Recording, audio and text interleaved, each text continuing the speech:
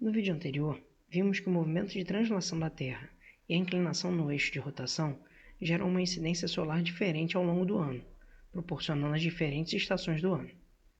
Essa diferença na incidência do Sol gera também as zonas climáticas, ou seja, regiões do planeta que são mais quentes ou menos quentes em consequência dessa variação dos raios solares.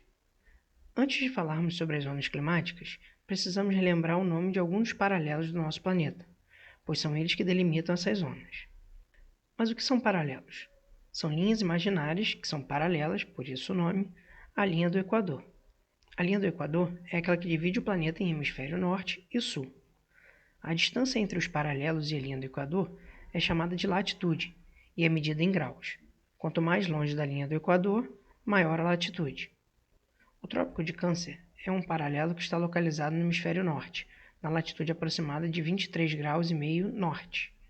O Trópico de Capricórnio é o equivalente no hemisfério sul, localizado na latitude aproximada de 23,5 graus sul. Os círculos polares estão ainda mais distantes da linha do Equador. O Círculo Polar Ártico está localizado na latitude aproximada de 66,5 graus norte, e o Círculo Polar Antártico na latitude aproximada de 66,5 graus sul.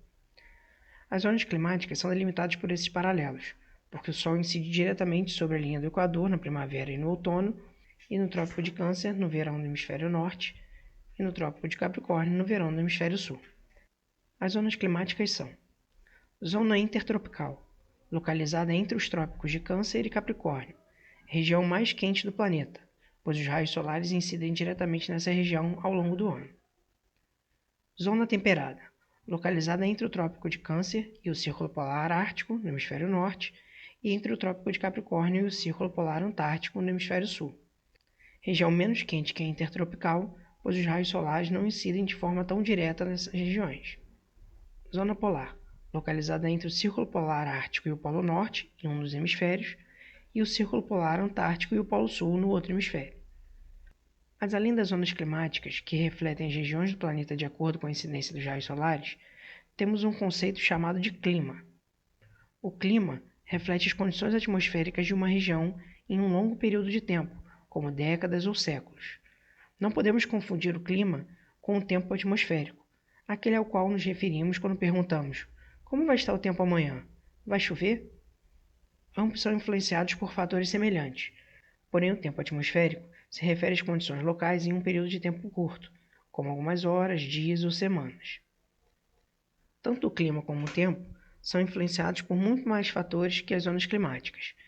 Enquanto essas zonas dependem só da incidência dos raios solares, o clima e o tempo dependem da latitude, da altitude, das massas de ar, das correntes marítimas, da vegetação local e dos arredores, da maritimidade, que é a proximidade do mar, da continentalidade, que é a distância do mar, e do relevo. Como o clima é influenciado por vários fatores, comparando o mapa de clima e das zonas climáticas, podemos ver que existe uma variedade muito maior de clima, pois cada região terá um somatório de diferentes fatores citados anteriormente. As correntes de ar são movimentações de massas de ar a partir de locais de alta pressão para locais de baixa pressão. Várias dessas correntes de ar são frequentes e estão representadas no mapa à direita. Essas correntes podem ajudar ou dificultar o deslocamento de umidade e calor. Da mesma forma que correntes de ar, os oceanos apresentam correntes marinhas, que representam deslocamentos constantes de massa de água de um determinado local para outro. O relevo também influencia no clima, pois acaba servindo de barreira ou corredor para o deslocamento de massas de ar e de umidade.